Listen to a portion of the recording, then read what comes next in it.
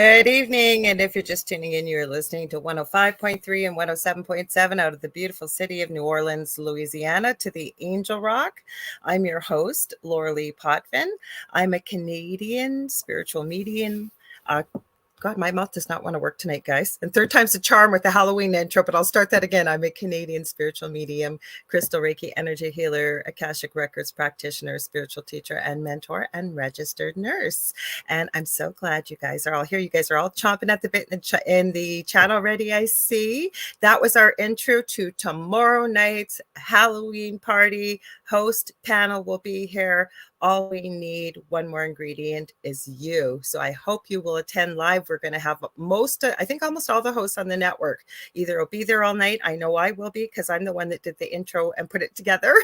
And people will be dropping in and out to talk everything scary, spooky. It's always fun. So tell your friends and family. And while we're on it, if you like what you see, please like, share, and subscribe, and tell all your friends and family because there's something for everybody here. We stream live multiple shows with hosts 7 days a week, and this network's been around for over 25 years. So when we're not streaming live, the archive server is going. We have a bunch of new shows and hosts coming up for you guys. I believe one of the new hosts starts their show tomorrow night after the party, or maybe I think it's at 10 p.m. Eastern, but yeah, it's going to be a lot of fun. Also, I am a co-host of a second show here on the network on Thursdays called The Thing at the Foot of the Bed with my good, amazing friend. He is such an amazing medium and angel channel and very well versed in the paranormal like myself, David Hansel. I think I remember to tell you guys everything. You know, I usually remember at the end of it. I don't go with the script. I'm going to introduce my amazing guest in just a second here. I want to read her bio. Her name is Varla Ventura, and she's the author of Varla Ventura's Paranormal Parlor. My mouth does not want to work tonight. Ghosts, seances, and tales of true hauntings and fairies, pukas, and changelings, a complete guide to the wild and wicked enchanted realm, as well as several other books on topics like mermaids, vampires, werewolves, banshees, freaky trivia, and more. She is a lover of all things strange, hidden history, and wild things. She is definitely a friend of this show. I've had her on numerous times, and you guys always love her. And you can find Varla. We'll give her a chance at the end, too. She's at varlaventura.net. And just to let you guys know before I introduce her, because once we get talking, we love to talk. But she has to leave 30 minutes before the end of the show. So I'm hanging with you guys the last 30. Welcome, Varla. I'm so glad to have you here. Thank you. Thank you so much for having me and squeezing me in before Halloween. I didn't, because you know what I've been doing? Okay, so over the summer, with going back and forth to the cottage or camp or whatever people want to call it, and there's no internet out there and people are busy in the summer, I did a lot of shows on my own. I had a few guests sprinkled here and there. And then I figured for Halloween, I'm going to do some shows on my own. I miss doing it. Both of the shows are very audience centered, and I love to interact and talk with everybody here. We got a ton of people I'm going to say hi to. So I couldn't believe I wasn't even going to ask you for Halloween. I was going to do this all on my own. So when you picked Halloween, I went, yes. I was like, yes, that's perfect. Let's do it. Let's do it. Of course, I overcommitted and have to finish a Halloween costume and take my son to practice all somehow magically before the clock strikes midnight tonight. But that's moms, right? But thank you for squeezing me in when we could do it. I appreciate it. I'm so happy. I'm going to say hi to our people here. I forgot to remind people. If you guys are listening, because I know 80% of our audience live, because we hit every country in the world with the network, is audio. So if you want to join in the conversation, we would love to have you be a part of it. So you can head over to UFO Paranormal Radio, either Facebook or YouTube. You can also head over to my Facebook profile. It's public. It's pinned at the top, The Angel Rock, Lorilei Potvin. Also my YouTube, it's under The Angel Rock with Lorilei Potvin. We're streaming on UFO Paranormal Radio, like I said, Canada's Most Haunted. So there's a bunch of places you can find us. So we've got Z-Sun Dragon here. His name's Kevin, so he says we can call him Kevin. We've got one of my former guests here who is incredible. I've had her twice, Julie Jean Bassett. Oh my God, Varla, she's amazing. You've met my youngest son, Justin, the one with the severe autism. His cat has been peeing on his bed. No health problems, nothing. It was driving me insane. Like waterproof mattress cover, but stripping the bed 4 or 5 times a day. So I have a really good friend, a close friend who shared 2 people, and I chose Julie. The problem was fixed like you would not, like right after I Oh, had the session, paid session. Then she's just finishing up her shamanic practitioner with course with Alberto Veloto. So I oh just had her wow. recently to talk about it. And I had a session with her. Y'all, you gotta look up Julie Jean Bassett. I'm telling you, she this session I had has been life changing. So she says Oh, hi, Julie. that's uh, amazing. That's amazing to hear that. I love hearing that. she is just incredible. I have been telling everybody about her because I can communicate with animals to a point, but I wanted to find somebody that would be able to have a conversation, within the mind space, if you will, and find out what's going on. How can we better serve you so you don't feel like you have to be doing what you're doing, kitty? Yeah. Yeah. Yeah, Mhm. cats don't do things arbitrary. Mm-mm. And it's not all the time. Like it was, and actually, Justin had the key to most of it. Hmm. He kept saying, "Mummy, I think Sophie's mad at me because I'm not paying attention to her. I'm playing my video game." Oh. That Hmm. was part of it. Yeah. Yeah. We've got Jonathan Keyworth here. We've got Ken Stockla. Let's see who else we got here so far. We've got Michelle. She's all the way over in Australia. Feel free to let everybody know where you are in the chat, folks, if you'd like to. And she says, "Oh, thank you, Lorilei. I have not talked to you in forever. So I let's talk know. about." Hi, It's been a Christina long Lantis. time. So what have you been up to, girl? Tell us all about you. And we're going to talk spooky stuff. I know. I feel like it's been even before maybe the spring of this last year, we talked Mm-hmm. possibly like right after I had gotten back from Ireland. Is that right? Did we? But that might have been Dell. And then you guys, I don't know if I spoke with you only, but well, this year I have done quite a bit of traveling. I've had some pretty profound realizations as travel as want to do about what I wanted to do next and kind of just decisions in my life and you'll appreciate this as a mother, an attentive mother. I went to Scotland for 8 days with my bestie, who I I've love. known since high school, Mm-hmm. and it was as guilty as I felt, like those first few days, as guilty as I felt just being there by myself and just indulging only on myself and Yeah. not having my son there. I it really was probably one of the better things that I've done and probably one of my favorite trips that I've taken. Mm-hmm. But it was so restorative for my soul, for her soul.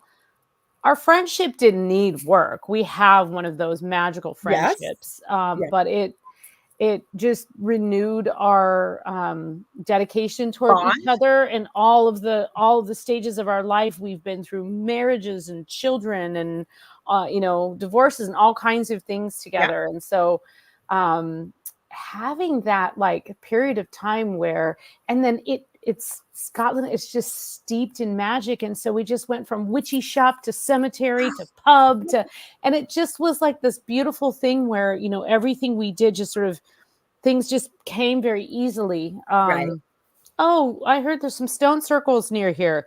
Oh, it's kind of a long walk. And then we walked, and it wasn't a long walk at all. It was actually this really close walk, and it was over a babbling brook, and lots of magic just really kind of unfolded. And it did absolutely, it bonded us. And it Right. also really helped us as individuals to just kind of renewed our faith in ourselves, our ideas, what we wanted to do creatively, what we wanted to do in the next kind of stage of our lives creatively. And, just it was just very, very fulfilling, very restorative, even though at the end of it, I'd had, but my liver was probably aching from at the end of it. So it wasn't restorative in a wellness retreat kind of way. It was a Yeah, but different mental kind of health. retreat. Yeah. Yeah, but It was mental health, right? And as yeah, mothers and parents, there's single parents out, dads yeah, out there also. yes, But when you're absolutely. the only parent, especially, and we're coming from a mother's perspective, you put yourself last always. Everybody Yeah, comes yeah. first. partnered parents, non-partnered parents, mothers, and it's actually made me kind of like come to this realization of how much I see that. I've been leading this writing group at my local art center, which has been really fun because I'm just sort of facilitating it. And so what's really interesting is just to like meet these people and the way they bring their stories and their experience. And a lot of them are women who are now retired, Right. and their mothers and their grandmothers, and just kind of hearing their stories and their,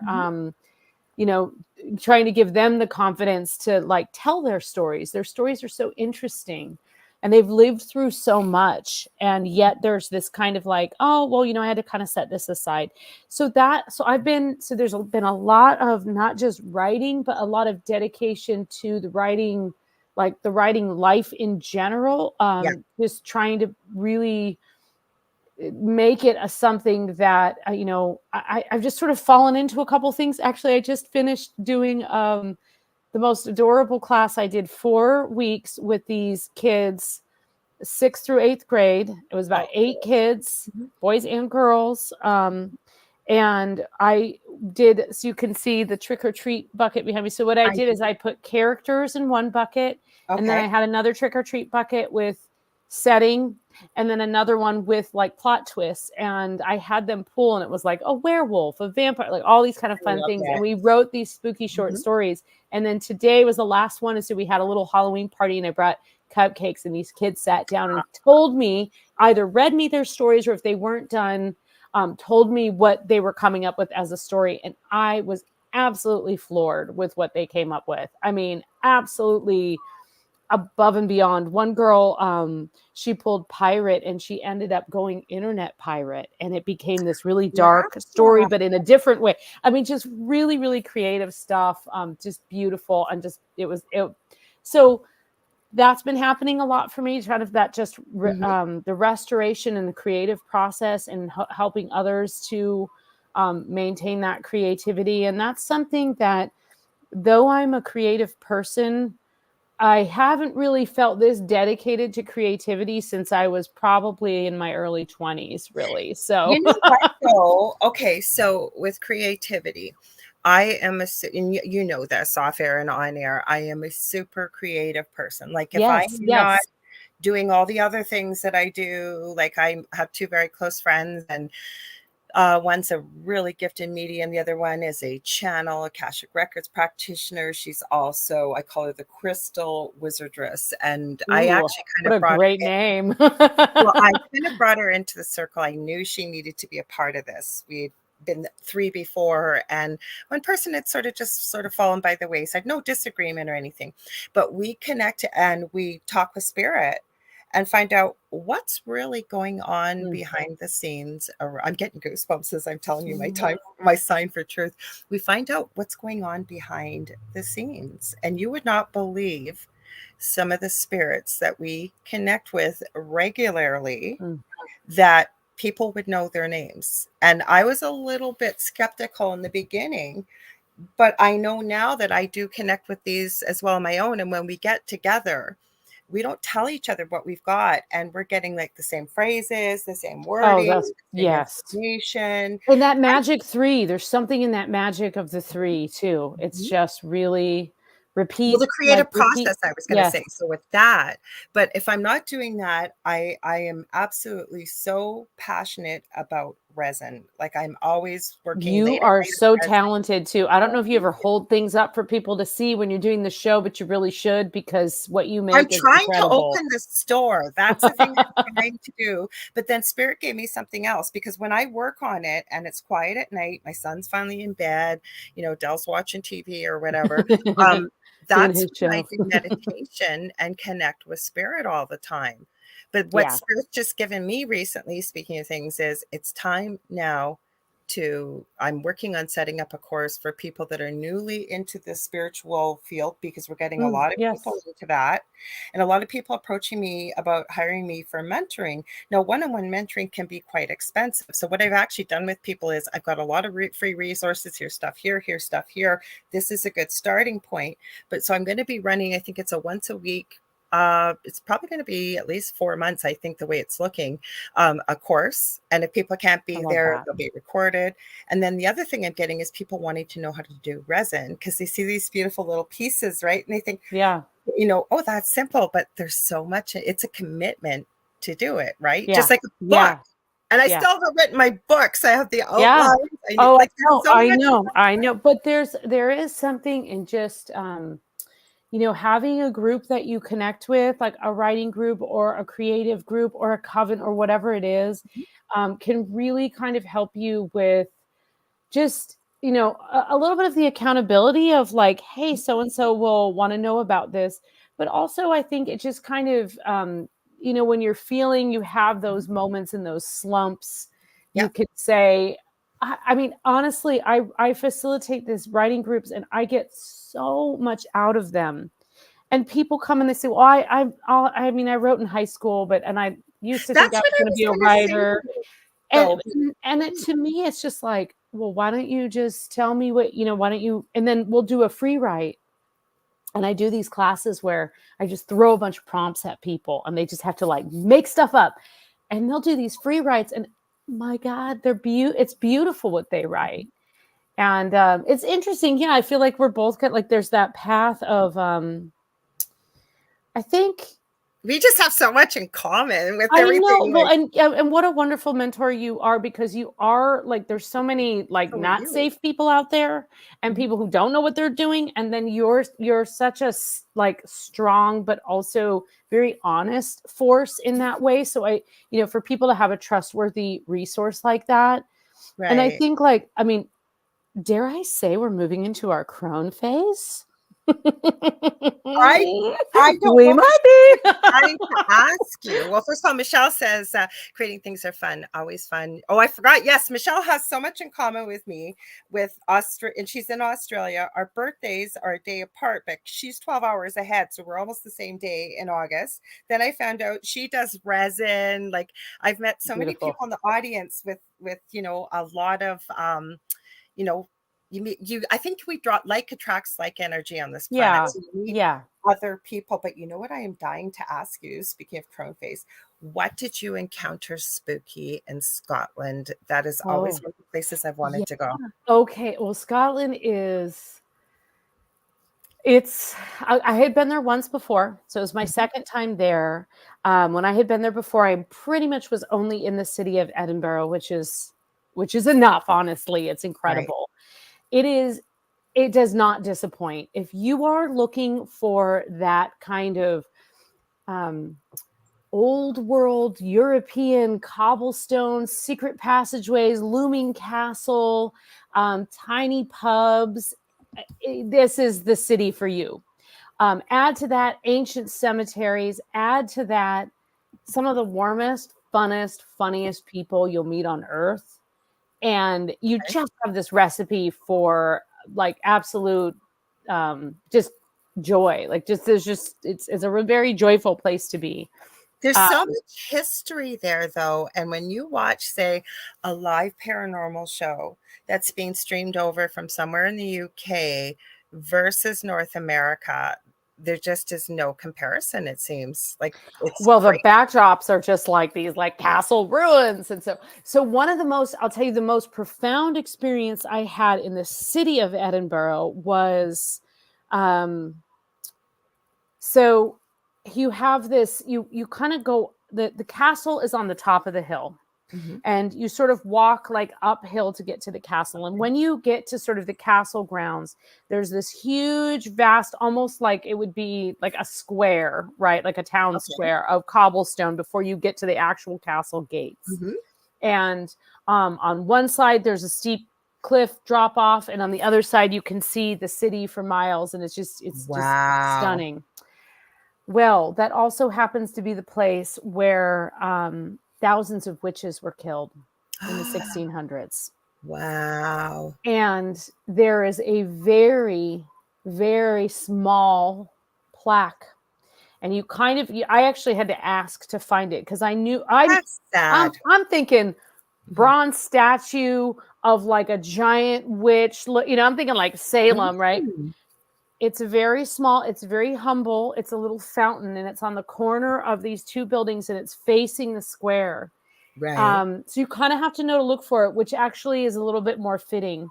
And when you find it, it's basically in honor of all of these people, mostly women, who were killed in the name of witchcraft under the guise of being witches. And I walked up to it, and I just started sobbing. And I'm not Yeah. I'm a little bit of a sympathetic crier, but I was in a great mood. I just looked at it and I just lost it. I lost it. My friend had to like hold me for a really long time. Do you think you had been there maybe when that happened? It's possible, or a relative, or my own mother in a past life, something. But what I kept coming to, and it was just sort of on repeat, is that,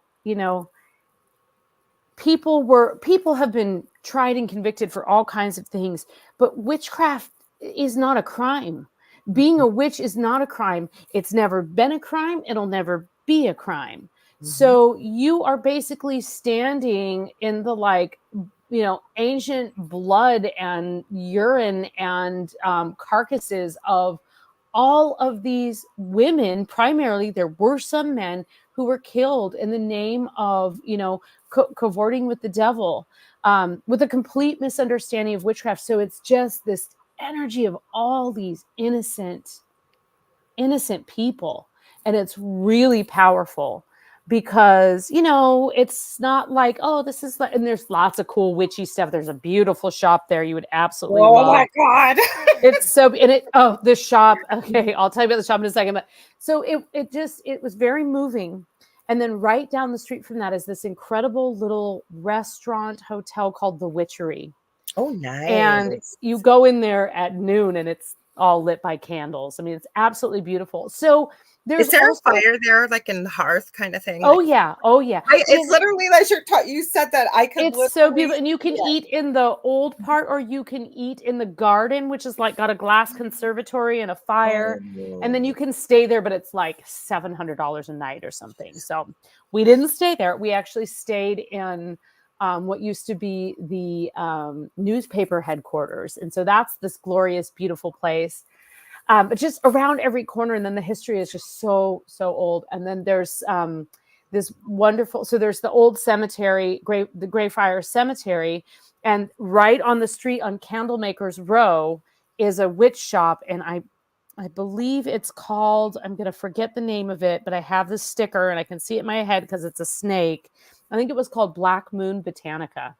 Cool. And oh my gosh, it was just a tiny little shop crammed full of so many awesome things. You could get your raw candles, but there were all kinds of beautiful books in there.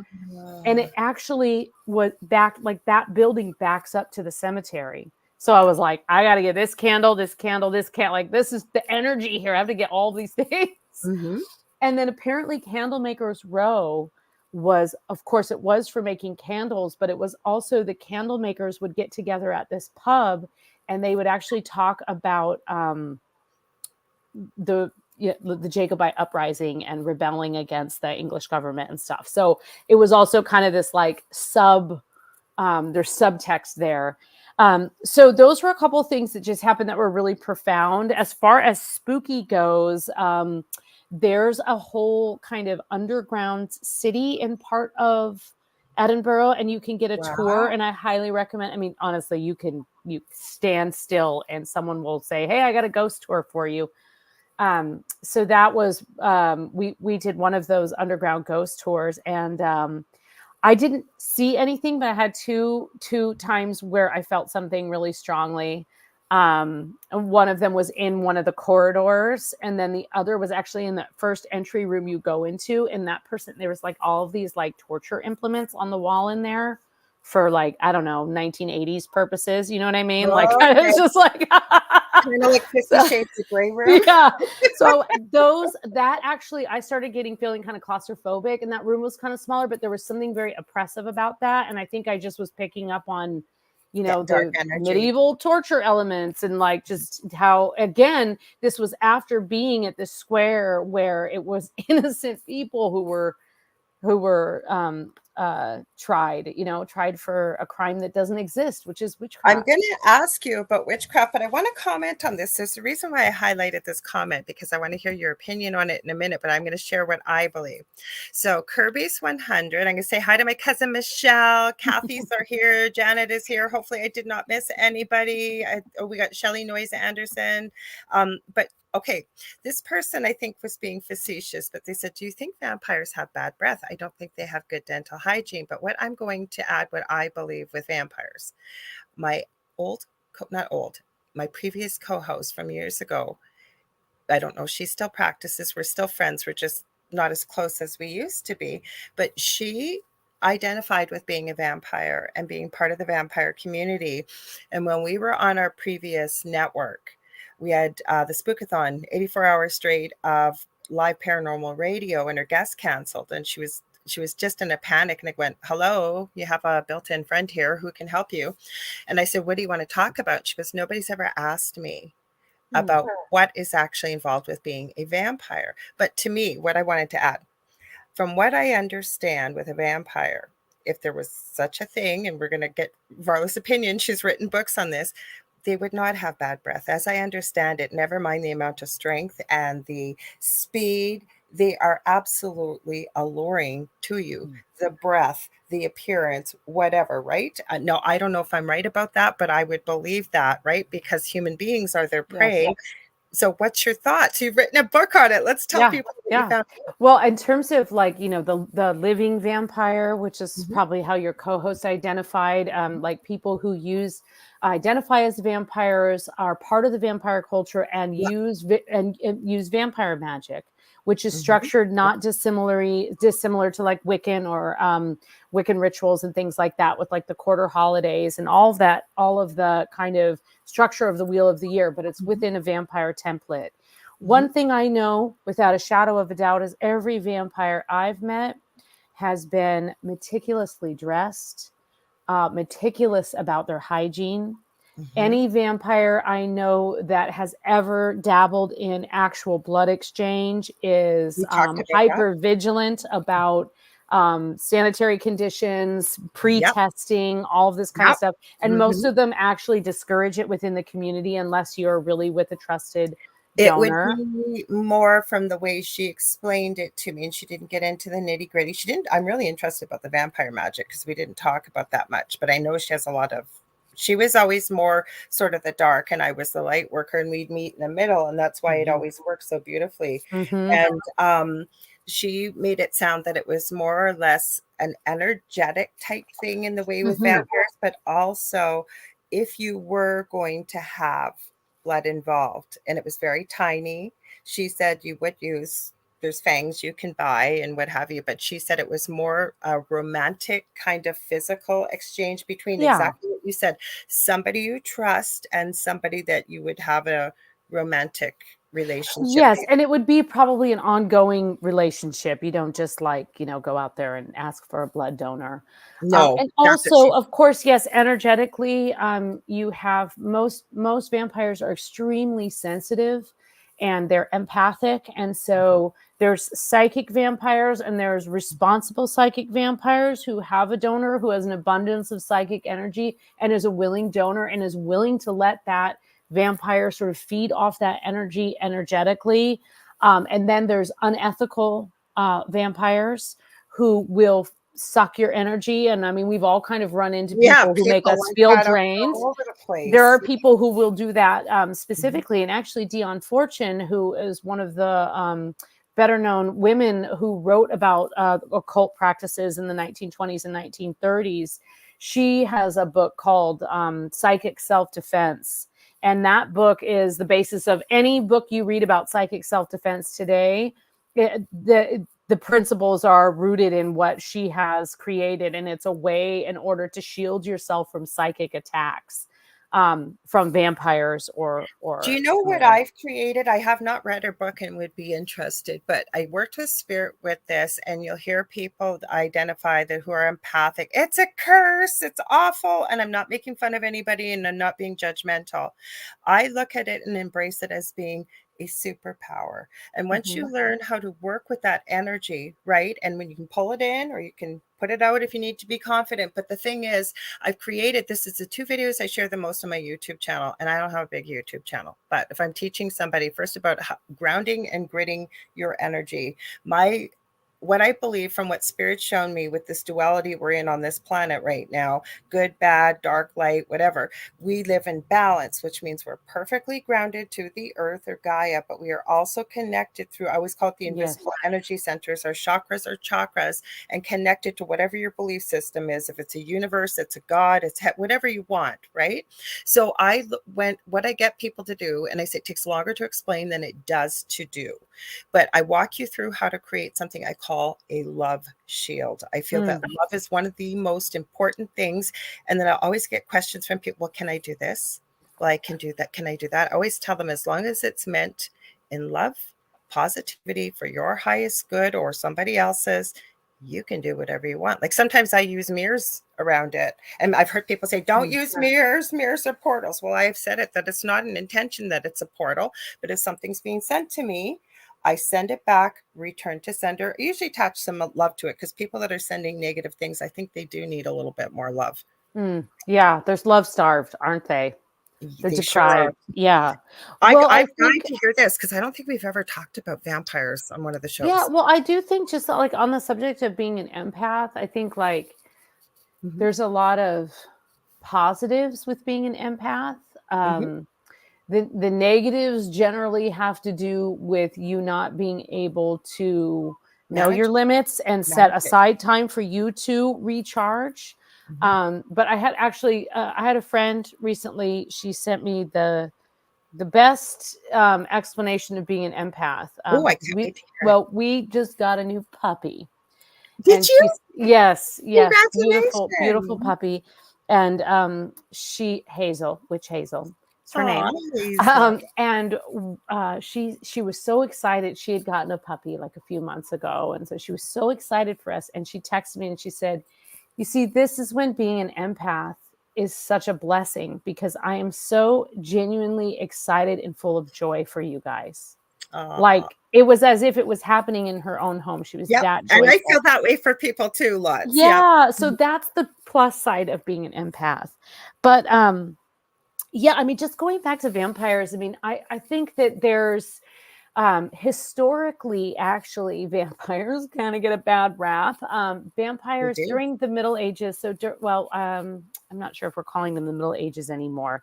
I listened to this medieval history like a master class the other day, and they said, well, Middle Ages is kind of a misnomer because it's the middle of what are we Yeah, talking about here? exactly.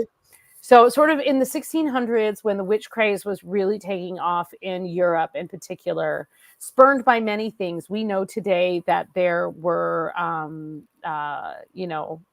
ergot poisoning, which was this fungus that was growing on the rye wheat, and it was prone to the rye, and then the rye would be processed. It would be Mm-hmm. processed into bread, and meanwhile, basically, people were eating hallucinogenic loaves of bread, right? Oh, okay. So they were more apt to see things out of the corner of their eyes than they would be ordinarily. Combine that with a time when you had the doom and gloom of the Catholic Church thundering through, Not much has making changed. yeah, right. Making people afraid to do anything wrong or afraid of the other.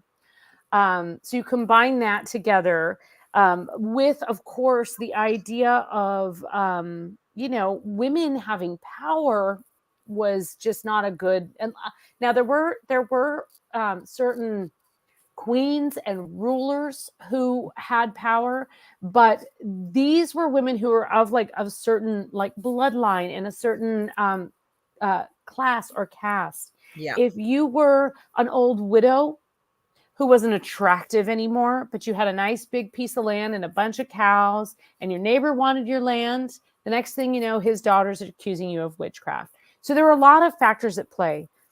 Actually, within the same period of time, which was a time of very high superstition, um, also somewhat supplanted by the Catholic Church because, hey, we don't want you going out to that pagan bonfire and donning a skin and dancing around anymore. Christianity is based on paganism.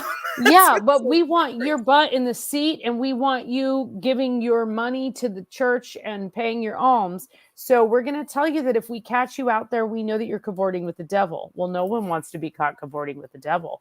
And speak of duality, there was so much duality, especially in countries like Ireland, where the belief in the old ways, it still exists today. The belief in the fairy kingdom, the belief in the other side was not in conflict necessarily with what the Catholic Church was preaching, full of ghosts and saintly things. It actually kind of married very well with a lot of the belief system.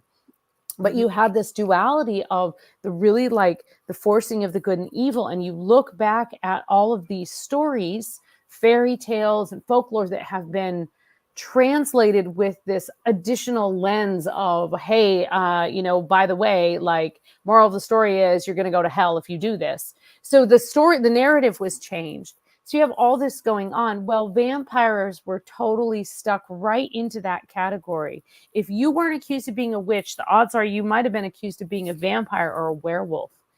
And there's actually an incident, I believe it was in the early 1600s. It's in one of my books, about this woman who basically, like the story is, they come into the cottage the next day and the husband has been torn limb from limb. His body is shredded and scattered about the cabin, and she's covered in blood. And they ask her what happened. And she says, I don't know. I don't remember. Then they search her. They probably strip her, no doubt. And they find on her this little amulet.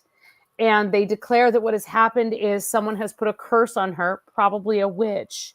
It's got wolfsbane. It's got a couple other things in there. And they've transformed her into a werewolf. And now this woman is believed to be a werewolf. What defense do you have against that? None. You got no defense. So the woman is tried as a werewolf, and boom, werewolves become, another threat. Did they ever find out what happened to the husband, though? Or she killed him. Okay, duh. But we think, but here's the thing, and this is a very interesting point, and this actually draws in with vampires. That's the story that we have today. Did she actually kill her husband? Could he have been in on it? Was it all staged? Is the story that she was a werewolf and now she has no power? Is that how they got rid of her? Because I heard a very interesting take on, if you're familiar at all with Madame Bathory.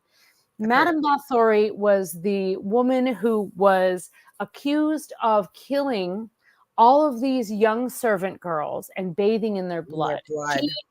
Her story, combined with the story of Vlad Dracula, sort of became elements of what we know in Bram Stoker's Dracula. Right. The idea that you were preying on people who worked with you or were in your castle. So I heard a very interesting take on that, though. And that was the idea that Madame Bathory was the heir to a huge estate, like castles and land for days. She was not married. Mm-hmm. She had no children of her own. And by rights, the heir would be the firstborn male, which was her cousin. Mm-hmm. Guess who accused her of killing young girls and bathing in blood? Her firstborn cousin, that was a male. And guess who got her estate? Him. He did. So as soon as I heard that, I thought, whoa, that really, you're now casting some other truth on this story that even I have carried around for years as like, what an insane but also fascinating woman that she would bathe in blood. Now, she very well may have bathed in blood. People inject plasma into their face today to look younger.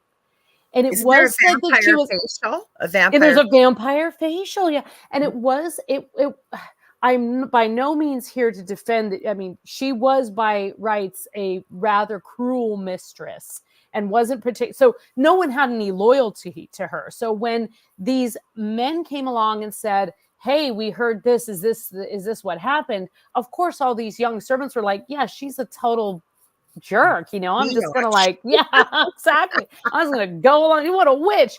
I'm going to just go, of course you're just going to join that crazy train.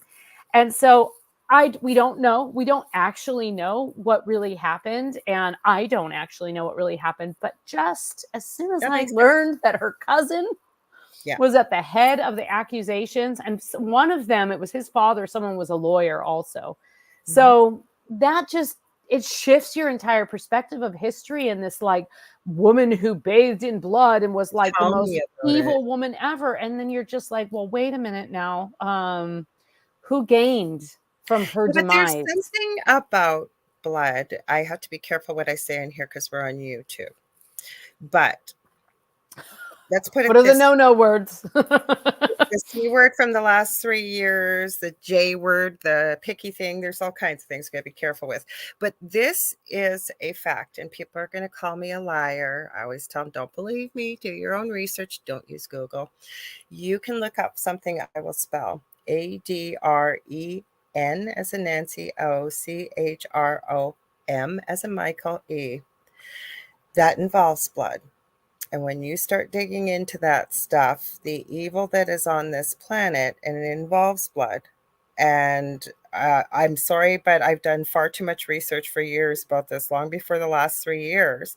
And are they vampires? In a way, I think they're monsters that harvest what they do to get this. But my point is that blood, there's something about our blood, right? It's our elixir to life. It's causes us to obviously exist. If we didn't have it, we wouldn't live.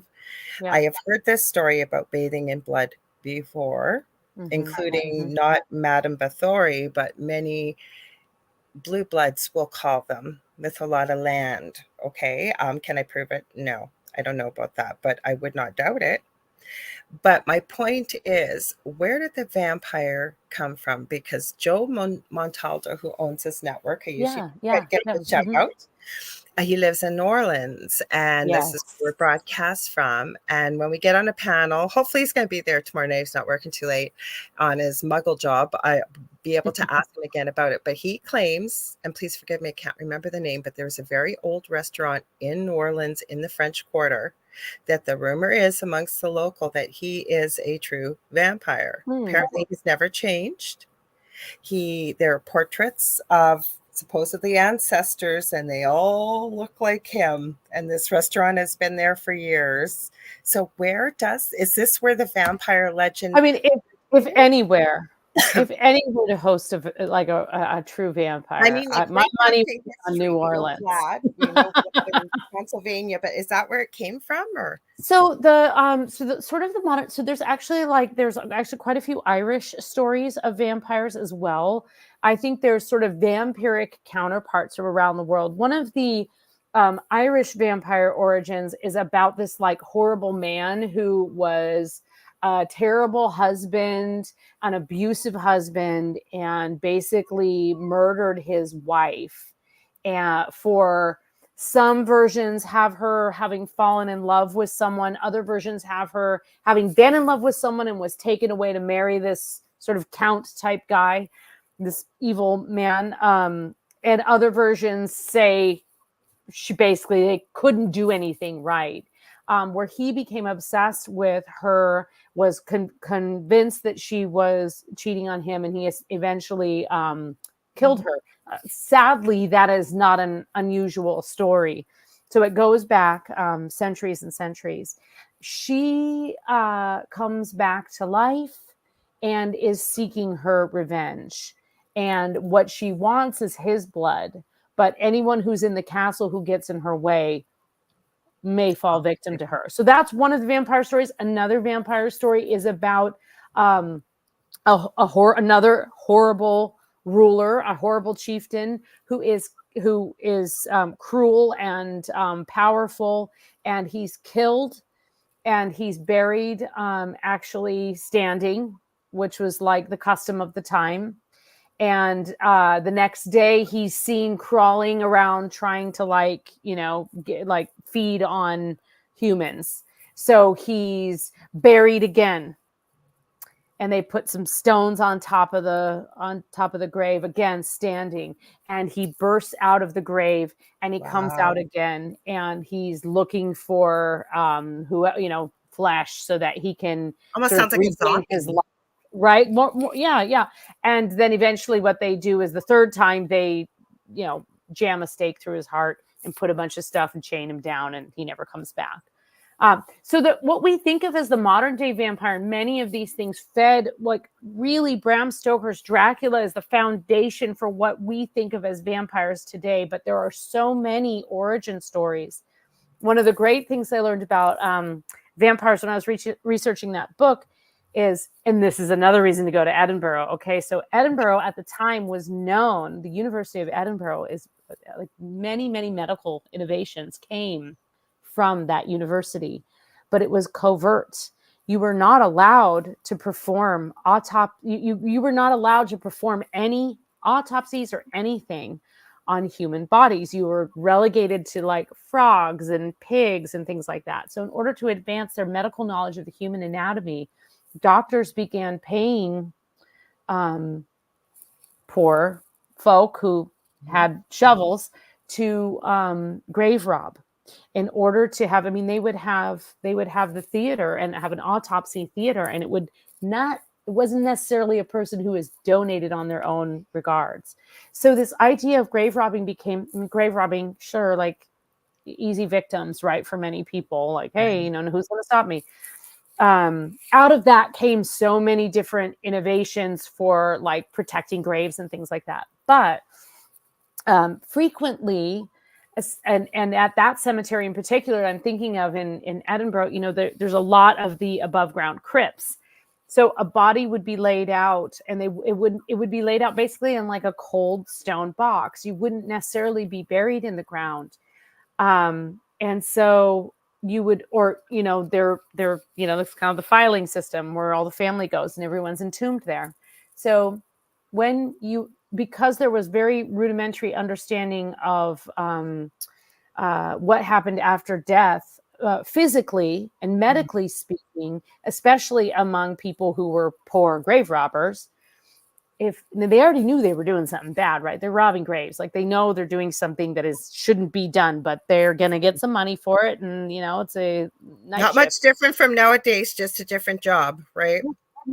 So they would break into these tombs, and they would, you figure you're already kind of on edge. Well, after rigor mortis sets in, is actually the custom to lay your arms across your chest in the way in the manner that we think of when Nosferatu rises from his coffin. He's got his arms across his chest, hand on each shoulder. Yeah. So that's how people were laid to rest. Well, when rigor mortis sets in, if the body's laid out and it's in this kind of coffin, sometimes as soon as you pry the coffin lid open, the body would spring forth. Yeah.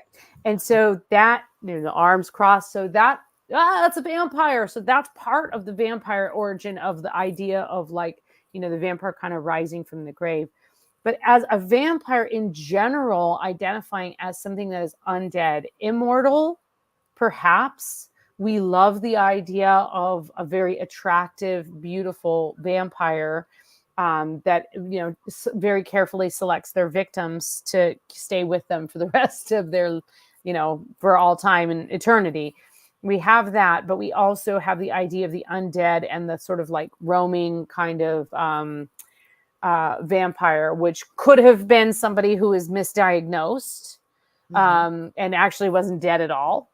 That happened a lot, though, right? Because they started way back in the day. They'd put a string on somebody's finger, and then the bell would be there. Right. So there's a great story. Actually, this is a Scottish story. This is from a book of Scottish ghost stories that I got in Edinburgh like 20-something years ago. And it's the story of Half-Hanged Maggie. And the deal with Half-Hanged Maggie. It's a great story. And I wish that somebody Scottish with a beautiful accent could tell you the story, but I'm going to tell you my version. So Half-Hanged Maggie. So the story is, and hopefully this won't get you kicked off YouTube, but here we have it. So here's the story. The story is that Half-Hanged Maggie found herself pregnant. She was probably 16, 17 years old.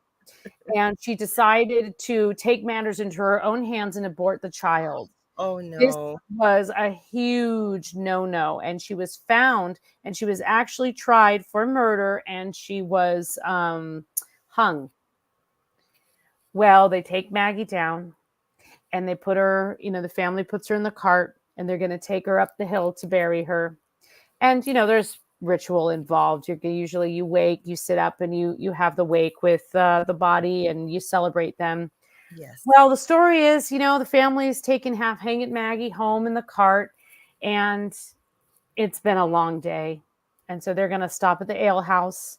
They're going to get a couple of pints, maybe a little something to eat before they make that long trek back home. Because you figure everybody's on foot pushing a cart, things take a lot longer.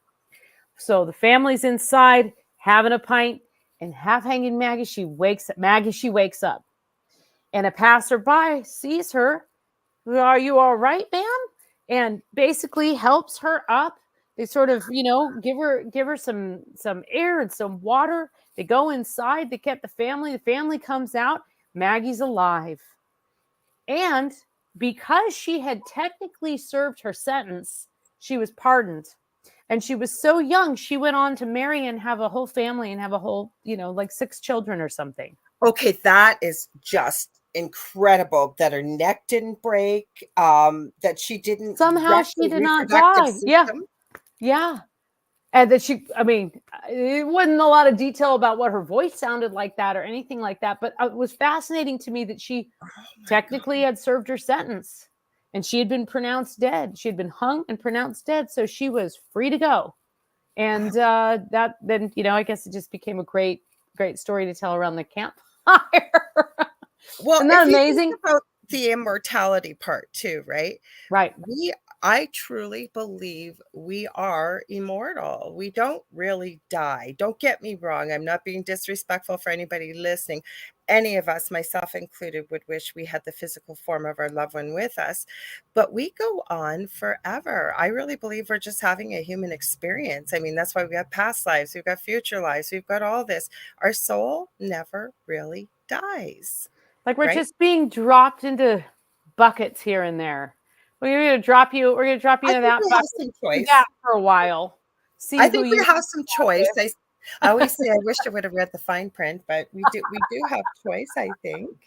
Because I've been thinking, okay, so the vampires, because I've always said all of these things, vampires, werewolves, different monsters, trolls, fairies, whatever it may be, right? To me, there has to be some type of truth, even though it may have been twisted and evolved, like the game of telephone. Other people may call it the other one, where you got I know you know this, but for people listening, huge circle of people, one person picks a word, whispers it to the next, to the next, to the next. It goes around the big circle, and the last person usually is nowhere near close to Right. what the word originally was. But my point is, right, like especially back in the day, they didn't have TV and the internet and all these electronic devices, and form of communication and entertainment at nighttime after the long day, if you were able to, was to sit around the fire and people would tell stories. So to me, if there was no truth to any of this, right, eventually people are going to go, okay, yeah, we heard the story. I'll use this example, half hanging Maggie, right? If there wasn't some sort of truth to that story, it wouldn't have persisted. Yeah. So the Yeah. same with Well, and it like, wasn't that long ago either. I mean, it was maybe 300 years ago. And but so, still, people would say, yeah, we've heard that story enough, right? Or like vampires or werewolves, or now we've got dogmen that are coming up. We've got all these strange cryptids and things that are showing up. I mean, people, now again, in this day and age, I know we have to be a real skeptic with deep fakes and what people can do with technology. But I have seen some older videos, and I have sent you videos before, and we've yeah. talked about the gnomes and Yeah. stuff and the fairies, of dragons. Like people seem to be getting video and stuff of dragons, for example. Or where are werewolves coming from? Were they dogmen? Because I know that apparently there was a human race like thousands of millennia years before, apparently, that did exist on this planet. They were upright. Then we've got werewolves, and then all of a sudden dogmen seem to come out of nowhere. And I always Yeah, listen. so I actually get in this argument sometimes with Dave Scott because I think dogmen and werewolves are basically the same thing. So do But I. So do I.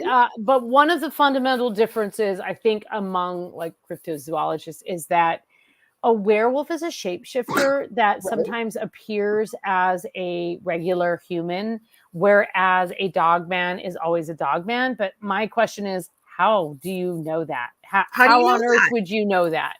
How do you know they don't like shapeshift and they're not like working with you at the factory? You have no way of knowing Okay, that. so I listen when I if I'm not I'm always listening to something if I like doing creative stuff. And I found these channels. Sorry, I got a dog hair on me here. Speaking of dog men, um, maybe I'm a dog man. And it's Shapeshifter. it's Donovan Dread and Lilith Dread, and they just read stories of strange, weird, could be paranormal, could be unexplained stories that people send in. And a lot of people will write in and say, "Can you please share my story? I don't know what I've encountered." I can pretty well tell now. I've listened to enough of them what somebody's run into. And the dogmen seem to always have these very fiery red, yellow, orangey kind of eyes. Um, the fur, these big snarling teeth, and the whole Doesn't it bit. just sound like a werewolf? It just sounds like a werewolf. Absolutely. And they're upright, and the speed and the strength. And again, the other thing is the stories we hear, they don't attack. We don't hear that they attack because if they were attacked, nobody would be alive to tell the story, is my thought, right? Yeah, But yeah. where do werewolves come from? Like, and people are thinking dogmen have come from different dimensions. This is a huge thing. The other thing lately I cannot stop hearing about is skinwalkers. Oh, Everybody's yeah, doing yeah, skinwalkers right now. yeah, So where do yeah. werewolves come from? What Well, do you I think like so any kind of shapeshifter, like a werewolf. So in my belief, I think there's this category, if you want to call it like the kingdom of the fairy or the other Yep, world, there's this category of other beings. Some of them are beings of light and they're small yep, and they populate flowers, like what you might think of as a fairy. Others are, mermaids are among them. Werewolves are among them. Vampires are among them. Some of them have are lost and they have ill intent. Some of them are existing and doing exactly what they want and don't want to interact with humans. So I think of this kind of like huge umbrella. With werewolves, I mean, there's countless historical examples of why what we think of as a werewolf we think of as a werewolf today. But ultimately, the truth of being a werewolf is the ability to truly harness the wild. And mhm, this actually was considered an incredibly important attribute amongst First Nations people in right, particular, in order to be able to secure that wildness. I mean, who's a better hunter than a wolf? In order to be able to hunt, harness that energy, really be able to have a successful hunt. mhm, And if you go across the pond and you go to pagan Europe, you see that. You see it. So in order to do that, you often needed a ritual before you would really go out to have that success. And that ritual probably involved or should involve a shaman or a medium who would mhm, be the conduit. right, One of the ways to harness the energy of an animal is to dress like that animal true, and act like that animal and howl like that animal and really kind of manifest that animal. In my mind, when you shapeshift, does that mean that you are physically growing hair like Michael J. Fox and Teen Wolf? Not necessarily. It means that right, you have left your body, just like you can go and hang out on the astral plane. Like you leave mhm, your body and you embody a different spirit. Not very many people can do that. Not very many human people can do that. And you usually need to have some very like advanced practice. There are supernatural beings that can appear as one thing, that mhm, within the same family, they'll appear as one thing. We hear these stories all the time. We hear of people calling someone's name in the voice Of a loved one. Well, that sounded Welcome to exactly my like my previous son calling my home. name. Come on Welcome to into my the previous. woods. Yeah. Well, but there's no way it's that person, right? So we know that the ability to kind of like shape shift not only like matter but also time. Right. It's part of it's part of an explanation. You add to that some of the historical like anthropological studies that were done in very like the early 1800s, going into some of the Nordic countries and into Russia, gathering the folklore and seeing some of the rituals in which skins are donned and the um, power of the wolf is invoked. You Mm-hmm. had Norse berserkers who would literally paint themselves like fierce beasts and get worked up into such a frenzy. Some scholars believe they were ingesting hallucinogenic materials. Other scholars believe that it was the kinetic energy of the group that would get them into this fervor in which they would be able to battle, and they would literally go berserk. That's why we have the word berserk, of just this madness and this mayhem entering into the battlefield, which would totally throw their enemies off. So you have these little tidbits. And then there's a man named Sabine Baring Gould who wrote a book called Werewolves. And he Okay. was a reverend. He traveled around the talk about a game of telephone. You got a reverend taking down accounts of werewolves. There's going to be a moral suddenly imposed.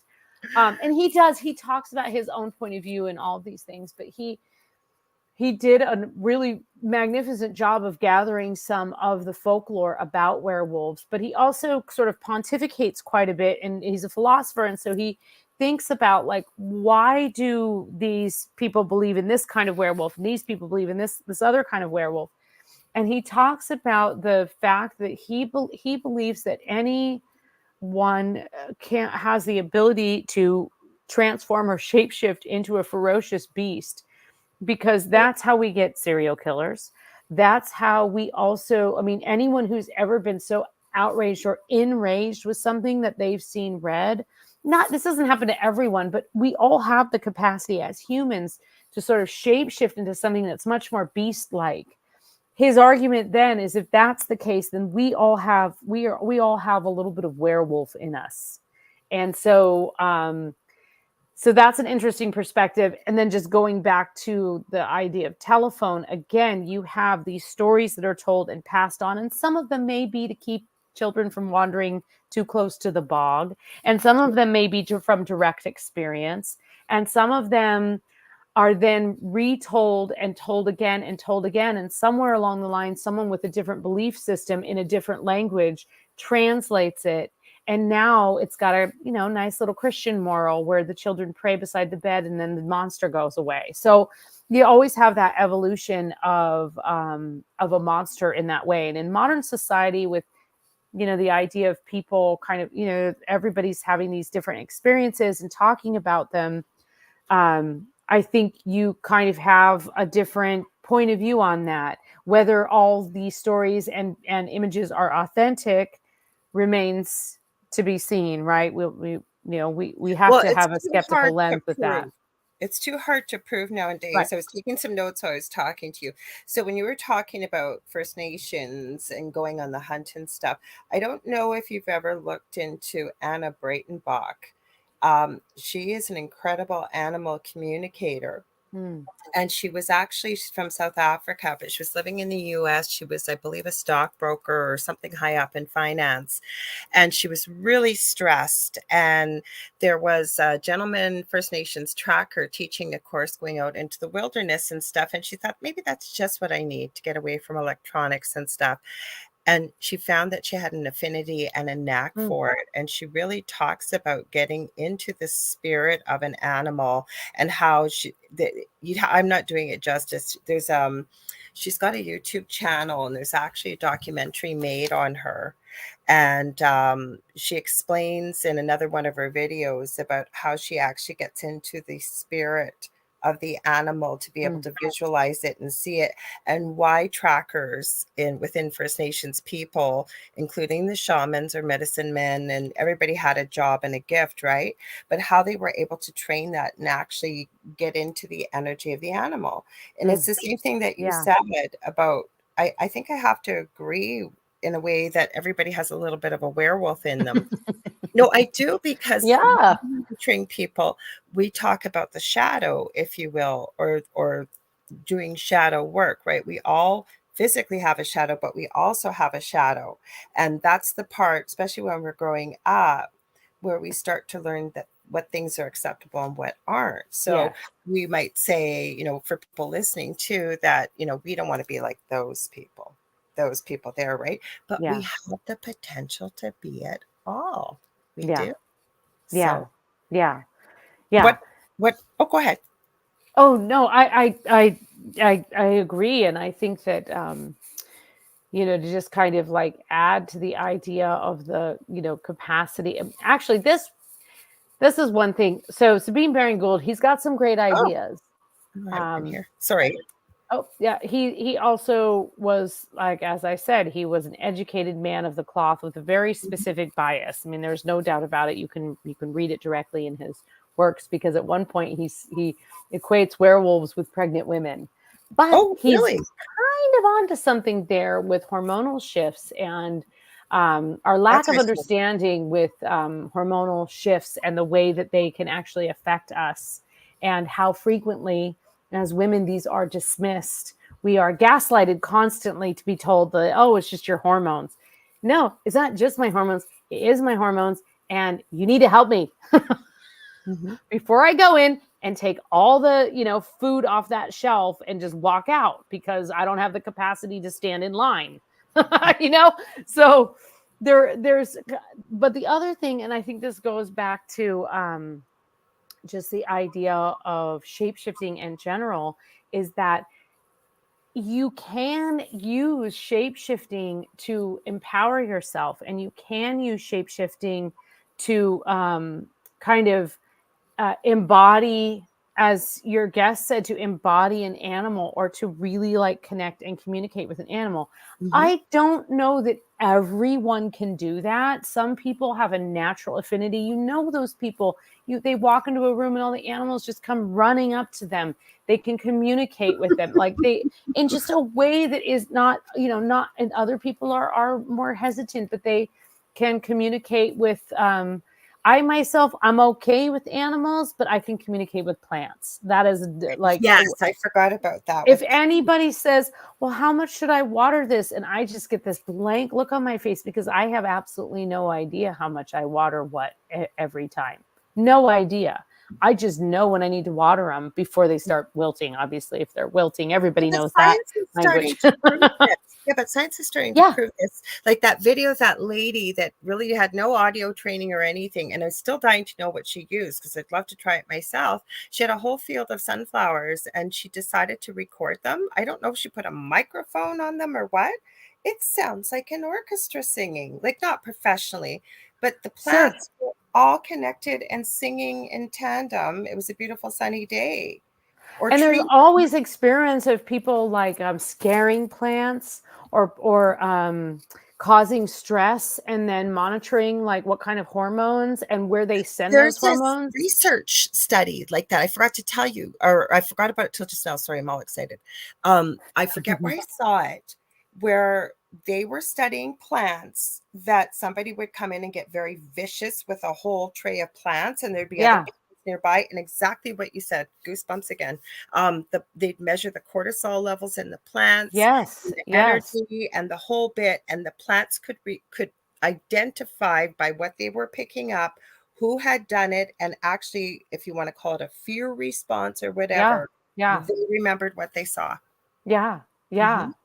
It's absolutely remarkable, and I it's kind of endlessly fascinating.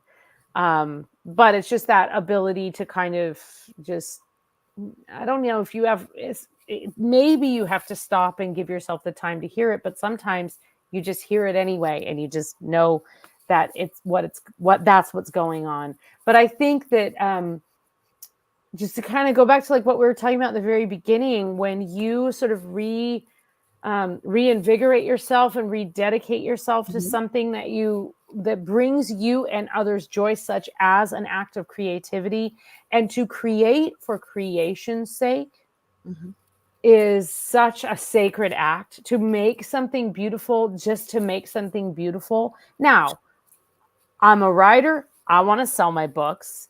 You create resin. You want to sell your creations because that will enable you to create more, to continue the creative lifestyle. Of course, there's always a balance there.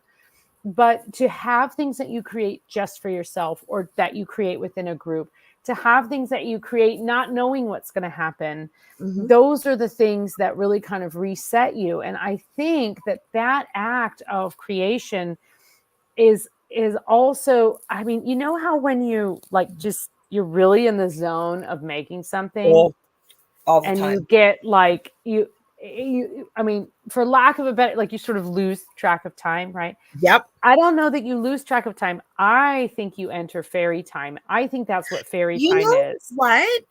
I think you're right, because the other day I got to admit, I know you got to go soon. I got to have you back on here. Oh. Go so fast. To surface, because I want to hear about this, because again, I keep getting goosebumps. It's not cold in here, but I'm going to tell you a personal experience very quickly. The other day, because I feel like time is speeding up, like astronomically speeding up, and I would look at the clock.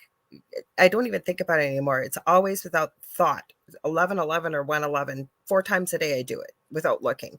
But I would look, okay, and one day it was noon. And I thought, is time really speeding up? Like, I wasn't perseverating on it. I was busy, whatever. And I'd look back and I'd say, geez, I think only an hour's gone by. And I was deep in creating mode and stuff. Freaking 4 hours had gone by. Yeah. It's literally, yeah. And all the Right. And time. then we've also all been in that situation where you're in a boring class, or you're now, getting to the end of your shift and you're just like, okay, this is the longest 10 minutes of my life. Right. But that entering of a time that is not the linear, like, nice roundy little 24-hour clock that we tab everything on. I really think that that is fairy time. You can access fairy time when you are lost in the art of a story. You can access fairy time when you are lost in the art of creativity. Accessing fairy time via music is probably the easiest way to get into fairy time. Now, what does that get you? I don't know. I just think that that's what fairy time is, and that if fairy time isn't the only alternate view of time. But what it does do is it does allow you to stop thinking of your constant to-do list, stop thinking of and this, and then this, and then this, and then this that I have to do. And it allows you to sort of start seeing the layers of the world around you. That in itself frees more creativity. It's a That in gift. itself opens magic up into the world. And that in itself allows you to think outside of the box, which is how you're going to one day have an epiphany and say, hey, maybe we should try this. And oh, look, we cured cancer. I mean, that's the kind of stuff that you have to have. So when people want to separate themselves really far from anything spiritual, like whatever, you do you. But without having some kind of creative access, I mean, I suppose some people can access that space through exercise, but that's a little bit of a different kind of energy. Yeah. Walking, physical exercise, running, battle sports, all that stuff. That's you are in a different time space, but it's not the same as this sort of like creative space that you can enter, because that creative space, when you enter, the great thing is other things can also enter your creative space. And so that's when you're increasing the odds that you are going to have some kind of supernatural encounter, which even if that's with the divine and you channel like your most beautiful work. I think you have to be open to it all. And I agree with you. I had so many things I was going to ask you about little people. I kept here asking you about banshees. I'm not trying to kick you off here. Just, I know you got to go. So, well, one thing I wanted to tell you about that you would be very interested in and you would probably enjoy attending, and you may find some very interesting guests for your own show on, Okay. is I am currently, I believe it kicks off tomorrow. I was asked to participate in a panel or in the Scottish Goddess Conference. And this is a conference, it's all virtual this year. I think there's a hope that there's a couple of in-person events, and as it grows, but because it's virtual, the guests are from all around the world, and there's just some marvelous guests. The theme this year is called Oracles of the Divine. And so my talk, I don't know the schedule. I know it's October 31st through November 2nd. It's virtual. And so I believe things are archived. So if there's anything that's going on live, it's archived. So then when you buy your pass, you get access to all of these talks, all of these lectures. Okay. It may actually be free to attend. They just ask that you donate to the Scottish Goddess Conference and the nonprofit that runs it. Amazing woman named Ness who runs and puts this whole thing together.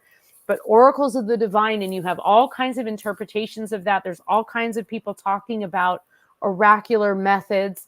My talk is about women during the spiritualist movement using the psychic arts to break free from the confines of society and hit the road and be successful and publish books. So that's what my talk's about. But there's all kinds of, everybody's got their own interpretation of Oracles of the Divine.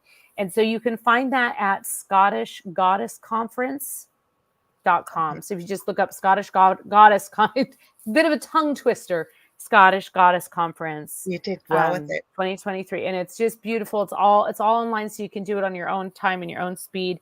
And there's just this amazing lineup of people.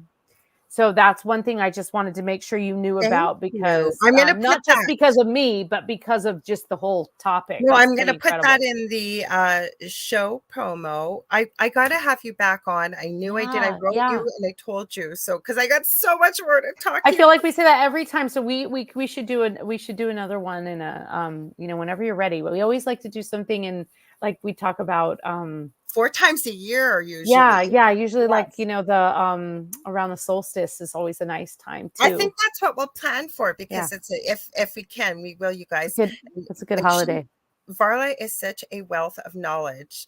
Like when my partner used to be on the network, and he was the same night with his show, we would do a 3-hour show and it would just like fly right by. I know. Absolutely amazing. Yes. Well, you guys are wonderful hosts. So other than that, where can people find you and your books? And that's important. I shared your site with somebody. I forget who it was that I don't normally talk to, but I was telling them how cool your merch store was, because remember the Changeling onesie? Changeling onesie. I got a couple new ideas I got to put in there. I just came up with like a couple of Greek goddess ones that I need to upload to the site. So it's varlaventura.net, and you can read about different events that I'm attending. There's links to my books and such there. Her books are amazing, you guys. I have a couple. You were so kind to send them to me. I think one of the first times I had you on. They're really pretty. They make great gifts. They're kind of on the small side. They're full of little tidbits and stories, because they share little bits. Like the fairy one, I've gone all the way through. I know I finished that one especially, and it was it tells stories of old through your voice and what you've researched and breaks it down. And so I love doing that. So then let's see what else. So that's happening. And then I recently just launched something called Midnight Stories with Varla Ventura. You said that. And that's a new podcast. Right now it's only available on Spotify because I haven't figured out how to submit it to all the other RSS feeds, but I'm sure it'll be on there in no time. You'll have to ask me about that. Maybe we can figure it out. Yeah. So, and I just haven't done it, but I gotta kind of look into that a little bit more. So, and that the intention of that is just a little stories to keep you up at night. The first story is called "Books Are Feeders for Brothels." And it's the story of the insatiable Ida Craddock and her early role in sex education, and also her marriage to an angelic being. So it's a pretty fascinating story. it's one of those stories I've touched on in my book, but really wanted to explore a little bit more. And that's kind of right now, that's the purpose of this podcast, is just for me to be able to explore some of the stories that, either I've learned more about, I've uncovered more details since writing about them, or I just have kind of come upon these stories. And some of them will be creepy. A lot of them will be, just sort of like that whole paranormal parlor menagerie. Probably the first several episodes will be about women of the occult and using the psychic You're going to art. have to send me the link and I'll share it. You guys don't go anywhere. I'm hanging out with you for the full 2 hours. I knew Varla's so busy, and she had asked me if it was okay. And I said, of course it's okay. She has to It's so duck a nice little of you. early. Yeah. That's I'm so sorry. I hate to go, but that mom yeah, stuff. I gotta feed a kid and get him to hockey practice. So, I understand. and do a costume fitting Oh, real jeez. quick. We're working on a headless costume. So Oh, yeah, wow. That yeah, sounds hopefully, amazing. yeah, it looks good so far, but we need to adjust a couple things. So. Oh, I can't wait Do I'm some sure. engineering. I love that. I love that part of Halloween, actually, that like scramble to engineer it to get it to work. My And kid, if you see me looking down, my eldest one, he knows that my shows are, and he's texting me, Mom, can you make me a shirt for Wednesday? Because I do stuff like that too, right? I have a Cricut machine, and I've got yeah, a oh yeah. press, and it's like, honey, I am live as I'm typing, listening, Yeah, waiting. like I'm Send live it. and I I'll can't do talk it to you right after. now. Happy to make you a t-shirt later. Yes. Well, you're wonderful. So nice to So are see you again. You you. look amazing. Thank you. I'll be I don't know what are you gonna do tomorrow night? Like you should just sleep like that and then just you'll be good. No, I already dressed up last Thursday. Like I told you, all the stuff I bought was crap. So I literally used non-toxic white paint on my face to look like a skeleton. Oh wow. So I don't know. You saw some of this stuff, some of Yeah, my, yeah, you so I got don't know some if I'm going to other you got an mix the arsenal. picture. I love being able to do multiple costumes. Yeah, Oh, it was so do always I. fun. I love it. Yeah. Speaking of changelings, Yeah, exactly. Exactly. Well, I love you so much and I happy love you. Halloween and happy Halloween to everyone out there. Absolutely right back Burn a at you. candle, enjoy it's like full moon time I too. know. Is it in Scorpio? Are we like actually doing full moon in Scorpio for Halloween? That's kind of insanity. See what happens, but that's our plan. It Then might you have guys, we'll turned have you back silver. for I'm not solstice. sure. We'll have you back for solstice then. Sounds beautiful. Thank you so Okay. much. All Love you, right. sweetie. Happy Halloween. Love you Mwah. too. Take care. Take Bye-bye. care. Bye-bye. I'll help her get out of here. So I got you out. There you go. I'll end you out of here. See you later, hun. Love ya. I'm just gonna help her out of here. Hang on. Oh, she figured it out. So I'm still hanging out with y'all. I just found out a couple hours ago, and you guys, Varla is like we barely scratched the surface. We kind of had a bit of a catch up because she's just as crazy busy as I am. But folks, what's going on for Halloween? We got a full moon out there tonight. Like, how crazy is that? So I'm going to go through some of these comments because you guys had great comments, and Varla is a storyteller and she's so knowledgeable. So I try not to cut in too much. I was highlighting your comments here, but there were some really good comments. Somebody, who is the person's name? Let me see. They are hell bent here on about vampires having bad breath. So I'm going to tell you what, if you think vampires have bad breath, go to it. If that's what you think they have, that's nobody's saying one way or the other, right? And actually, Mitch, I don't know if you're still here or not, but that was a good question. Why did Warren Zevon do the song Werewolves of London? I don't know, but I do remember that song. I have no idea why he did. He's passed away. So Christina Lanta says, I think that's a lion costume, dinosaur costume. Roar, I just saw the dinosaur. It was Kirby's 100. They keep asking about this in John Carpenter's Vampires movie. Vampires smell bad and they have really bad breath. That could be his interpretation, because I don't know who wrote Blade, the movie series with Wesley Snipes, and I know Ryan Reynolds was in it. They had a different interpretation. Then we get down to Twilight, that the reason why vampires can't go out in the sun is because they sparkle. Who knows, right? And do they really exist? Because to me, I always say there has to be some semblance of something for the story to start. So it was interesting to hear some of the historical things that Varla discovered as to why these are they myths, are they legends, are they tulpas? Enough people have heard about them, believe in them, collectively talk about them, dresses them, whatever it may be, act like vampires. Like, has that created a physical vampire? I don't know. Same as werewolves. And I, like I said, I'm always looking at the paranormal too, with depending on what we're going to talk about. And there seems to be a lot of people talking or running into skinwalkers. David, I think on David and I, our show last week, the Halloween show, I played a video of the guy. There was 3 or 4 clips, and I wouldn't agree with the first 3 or 4 clips. They were really ridiculous, I thought, trying to claim it was a skinwalker. But the last one, and I think it was Howie O'Dello, had said it was a creeper rather than actually a skinwalker. And then you get into the Wendigos. I never forget, if you all know me, you know I am a fan of supernatural. I don't watch a lot of TV. And I didn't get a chance to bring it up because I forgot to take pen and paper out with Varla, because we talk and I think about things, and then as we keep talking, I forget.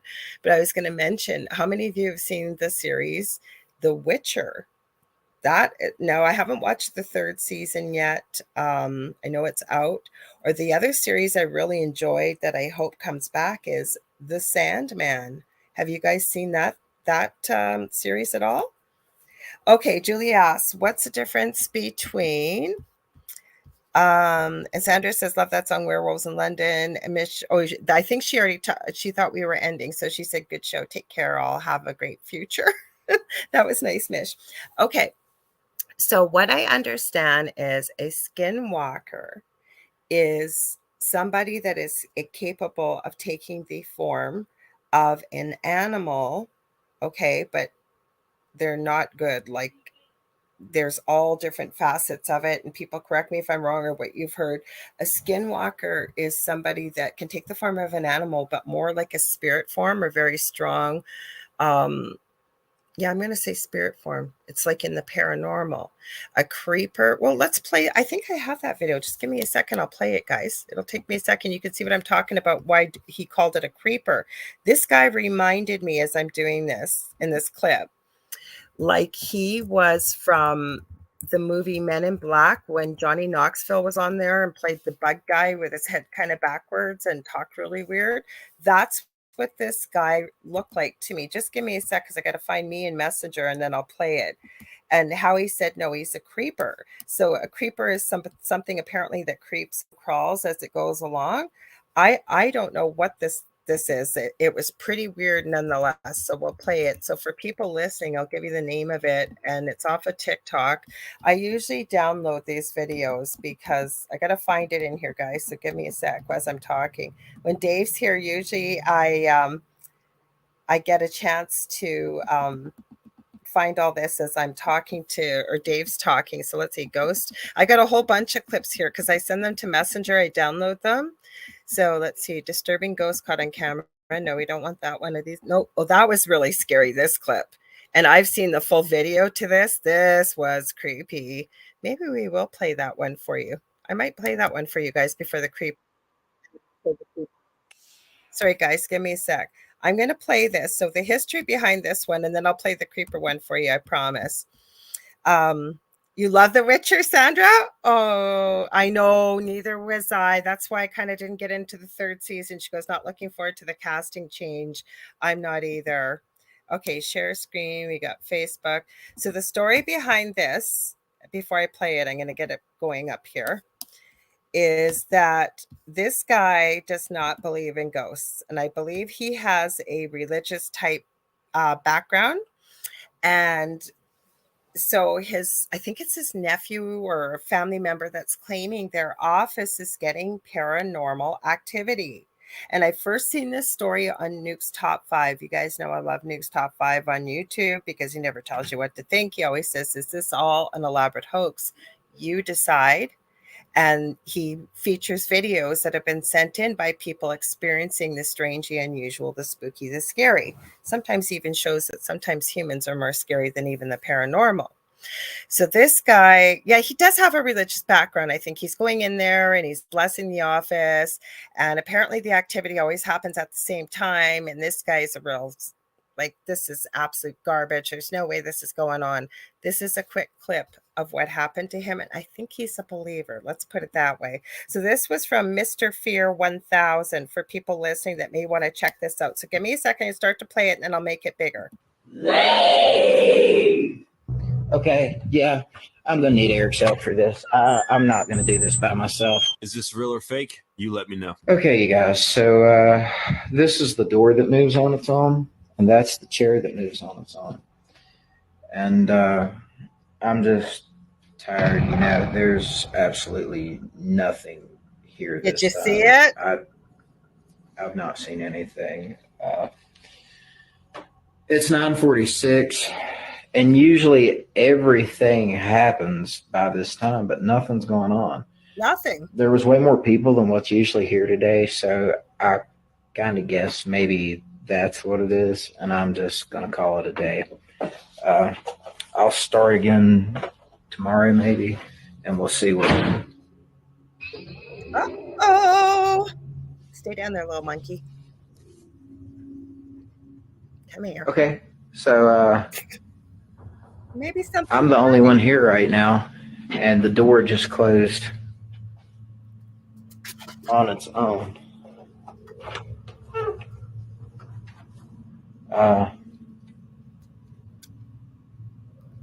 Stay down, dog. Stay down, dog. No. Bit longer clip, but you can watch it. Keep your eyes open in the background. Okay, so I'm here by myself. All of these green lights means that there's no motion, right? Look in this room. No. What in the world is that? It's hard That is insane. I have never seen something like this. This is directly beside me in the next room.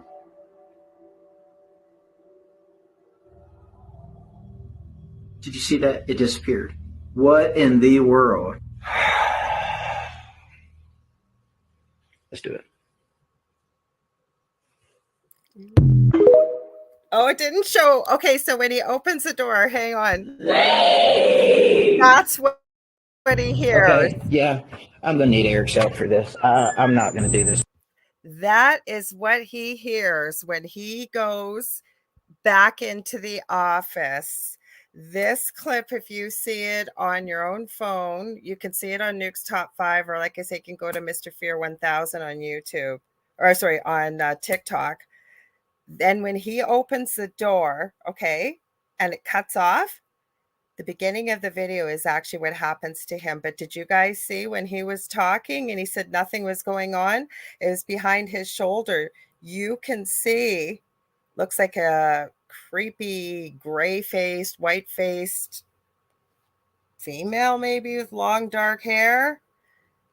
That was a creepy video, because from the history of that, and I remember this one when I heard the scream, this guy was not a believer in this. He was like being sarcastic about it, and fine, I'll go to, and he did have some kind of like, I don't know if he was a pastor or what he was, but he went in there and he's like, nothing's going on here. I've been here many times. I've never seen anything like this. This is just a bunch of BS. And then he had that experience. Oh, Julie, you want me to play it again? I'll play it again. Hang on. Okay, I'll play it one more time for you guys. Hang on. We'll add it to the stage. And then these TikTok videos aren't very long. That's why I do it. So what happens is I start to play it and I'm going to blow it up for you guys. But watch over his shoulders, because the guy says, is this all fake or real? You tell me. Watch as he starts talking. Watch over his shoulders. Then he shows you on the security camera. He just left. He didn't see anything, didn't hear anything, but he could see it on the security camera in the dark. Then it disappears. But what you're going to hear at the beginning of this video, that's actually what he hears when he opens the door when it's cut off. So hang on. Just by myself. Is this real or fake? Oh, hang on. I got to. Okay, you guys. So hang on, guys. I got to restart it. Make sure it's in the. Oh, come on. My computer does not want to behave itself. Okay, let's see. We got that on the screen. Okay, we got it on the screen. Hang on. Get ready. Okay, yeah, I'm gonna need Eric's help for this. I'm not gonna do this by myself. Is this real or fake? You let me know. Okay, you guys, so this is the door that moves on its own, and that's the chair that moves on its own. And I'm just tired, you know. There you go. There's absolutely Did you see that? nothing Look behind his here shoulder. this time. I've not seen anything.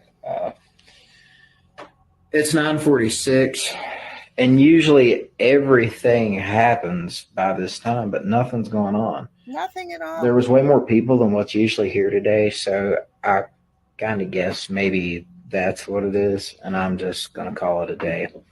I'll start again tomorrow maybe, and we'll see what. Oh.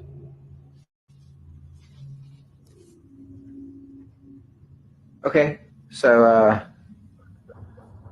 I'm the only one here right now, and the door just closed on its own.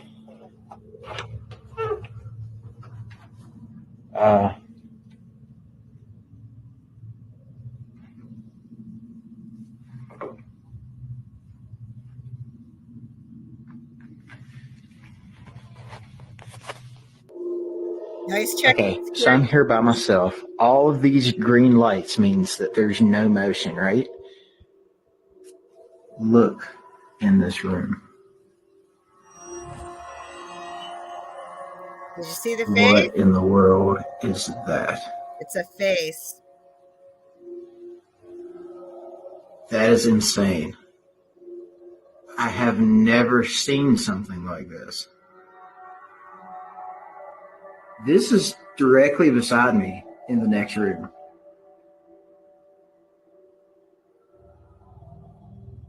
Did you see that? It disappeared. What in the world? Let's do it. Okay, let me stop that. I'm trying to find our creeper video. Oh, sorry, guys. Okay, yeah, I'm gonna need Eric's help for this. I'm not gonna do this by myself. Is this real or fake? You let me know. Okay, you guys, so this is the door that moves on. Sorry about that, guys. Give me a sec here. Remove. So I don't know if you caught that. I'm looking for the shape-shifting video. If I can't, oh God, my Facebook is like ultra sized today. Here, hang on. Let me see if I can find this shapeshifter. Okay, paranormal event caught in the hospital. I seen some pretty creepy stuff on Nuke's Top 5. This week he released a video, scariest video on the internet. I'm seeing all kinds of stuff. I'm looking for this one because it's the one that showed the creeper. She came home to find this. No, she did not. We don't want that. I'll find it. Give me one sec here. Okay, we're into background. So let me go down. We got just a minute or two and I'll play that. It's not that long because I'll fast forward straight to the video. Security guard, we played that one. Scariest video on the internet. I don't think that's that one. No. Keep going here as I'm talking, but how creepy was that, you guys? Like, just creepy. I had all kinds of clips like this downloaded. Okay, here we go. This is the video. I knew it was. Okay, let me see if I can fast forward. I gotta try and make it smaller. No, go smoke it. Okay, let's see if I can get to it. I'm just gonna play the creeper for you because we're running out of time. Oh, here's the creeper. Okay, give me a sec. I think we're right at it. Okay. Give me a second here. Okay, we'll add it to the stage. Okay, this is the guy, and Howie said this is a creeper. I'll try and blow him up as I play it. So hang on, it's not that long. That's crazy shit. Just crawling at me like it's goddamn. What's up, dude?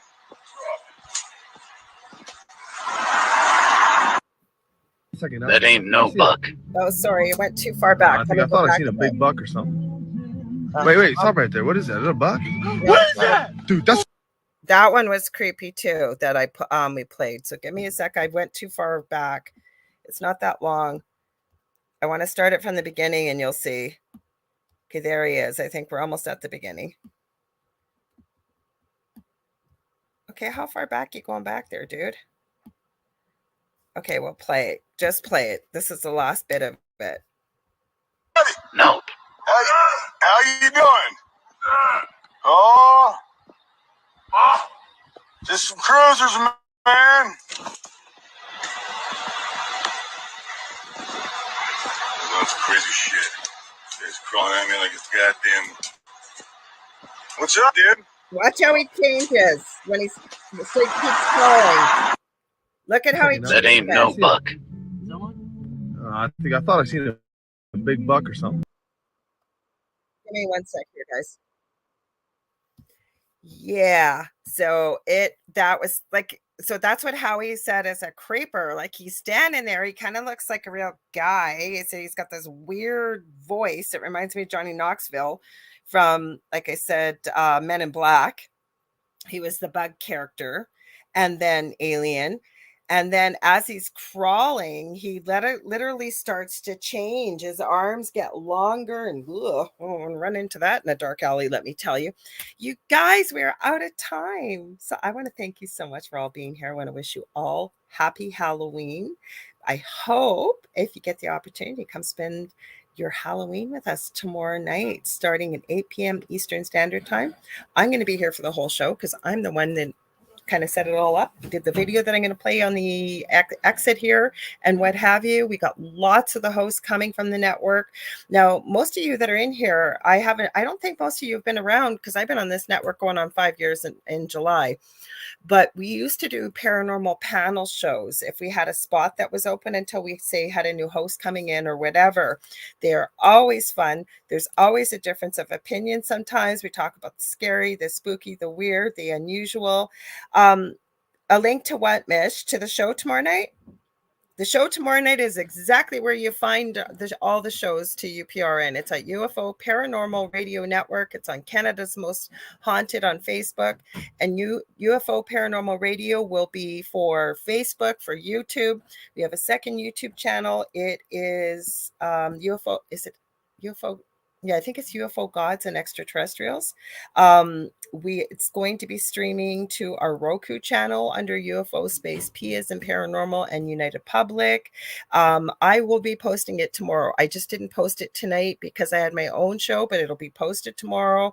If I get a chance, I may even go live and get everybody to tune in. It's going to be so much fun. And I've got Carrie Lynn Shellhorn from Spirit Switchboard. She's working on some fun stuff for us to involve you guys in the audience. All Halloween themes, spooky and scary. So I hope you all be there.